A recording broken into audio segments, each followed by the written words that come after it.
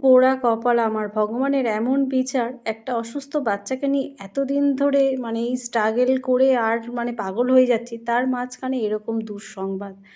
নমস্কার বন্ধুরা, কেমন আছো সবাই? এরকম কেন বলছি চলো এই ভিডিওতে তোমাদের বলবো। অনেক দিন আগে, প্রায় ৫-৬ মাস আগে থেকেই আমার ভাই অসুস্থ, তোমাদের সাথে শেয়ার করিনি। কি বলবো বলো তো, মানে একটার পর একটা আমার সাথে যা দুর্ঘটনা ঘটছে। মেয়েকে নিয়ে নাজেহাল অবস্থা। ২০২১ সাল থেকে আমাদের মানে জার্নি শুরু, মেয়ে অসুস্থতা।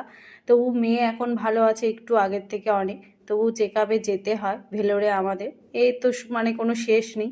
তারপরে নভেম্বর মাস থেকে ভাইয়ের শরীর খারাপ। তারপরে আমরা হঠাৎই জানতে পারি, হসপিটালে ভর্তি করা হয়। এতটাই অসুস্থ হয়ে পড়েছিল ভাইফোঁটার পরে পরে।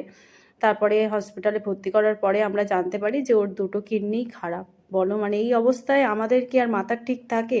মানে আমার মেয়ে এত বড় একটা ব্রেন টিউমার পেশেন্ট, তারপরে আবার আমার ভাই দুটো কিডনি ড্যামেজ, দুটোই।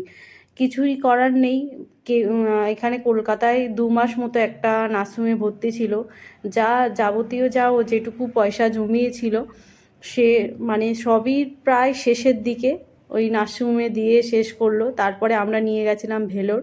ভেলোরে গিয়েও কোনো সুরাহা হয়নি। ওখানে বলেই দেয় যে কিডনি ট্রান্সফার ছাড়া কিছু করার নেই। কিডনিটা ওর শুকিয়ে এত ছোট হয়ে গেছে যে কিছু করা যাচ্ছে না। বায়োপসিও করা গেল না।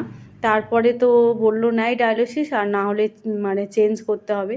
আমরা তো কিছুই করতে পারলাম না। তারপরে হচ্ছে বাবা হচ্ছে নিয়ে গেল দিল্লিতে আয়ুর্বেদিকে, সেখানেও কিছুই হলো না। শেষে বাড়ি ফিরে এখন আপাতত সে চলাফেরা করার মতো অবস্থায় রয়েছে, আর ওই ডায়ালিসিস নিয়ে যাচ্ছে। আজকের আমি এসেছি আমার বাপের বাড়ির কাছাকাছি স্টেশনে।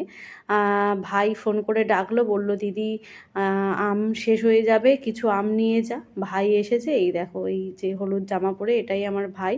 মানে কেমন ছিল আর এখন কেমন হয়ে গেছে দেখো। আর দাদা আর ভাই দুজনেই এসেছে। দাদা এই যে ব্যাগ বয়ে নিয়ে এসছে, সবজি নিয়ে এসছে একটু, আর গাছে পাকা আম কদিন পরে শেষ হয়ে যাবে। এই ভিডিওটা আমার কিছুদিন আগে তোমাদের সাথে শেয়ার করা হয়নি।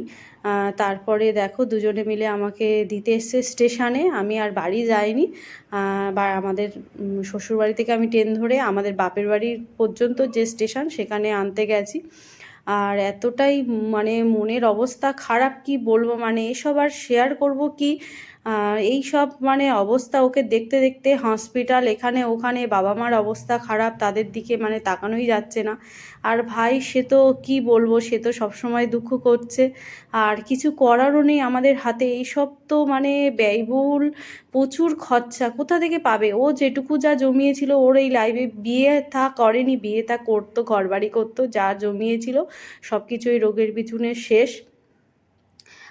তবু চেষ্টাতে রয়েছি, ভগবান ওকে ভালো রাখুক, সুস্থ রাখুক। আর একদম আমার ছোট ভাইও, আমার এই মেয়েকে নিয়ে আমি এইরকম সমস্যার মধ্যে ভুগছি, তার উপরে ভাইয়ের এই অবস্থা, অনেকটাই ভেঙে পড়েছি।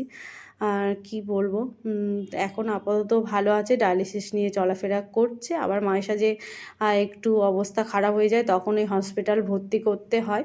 এতটাই হাই প্রেশার ওর যে মানে সবসময় 2 দিন 4 দিন ছাড়া মানে তোমার বাড়াবাড়ি শ্বাসকষ্ট, প্রচণ্ড শ্বাসকষ্ট হচ্ছে।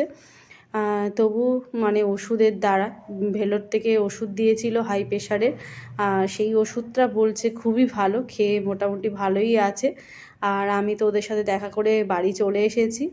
আর এখন মোটামুটি মেয়েও ভালো আছে। আর ভাইয়ের অবস্থা একটু কী বলো তো, এরকম একটা বড় রোগ মানে হঠাৎ করে মানে এরকম ঝড় আমাদের পরিবারের উপরে মানে পড়েছে না, সেটা মানে সহ্য করতে পারছি না। একটা ছোট ভাই, সে এই কদিন আগেই হচ্ছে ভাইফোঁটা থেকে ঘুরে এলাম, আর তারপরে এরকম একটা দুঃসংবাদ। এত বড় বড় রোগ আমাদের ঘরে, কি বলবো, ভগবান সুস্থ রাখুক, ভালো রাখুক, আর কিচ্ছু বলার নেই। এখন ওই ডায়ালিসিস করে যেমন থাকে, কিডনি ট্রান্সফার করা বললে তো আর করা নয়, লক্ষ লক্ষ টাকা খরচা, কোথায় থেকে পাবে বাবা মা? আজকের এই পর্যন্ত।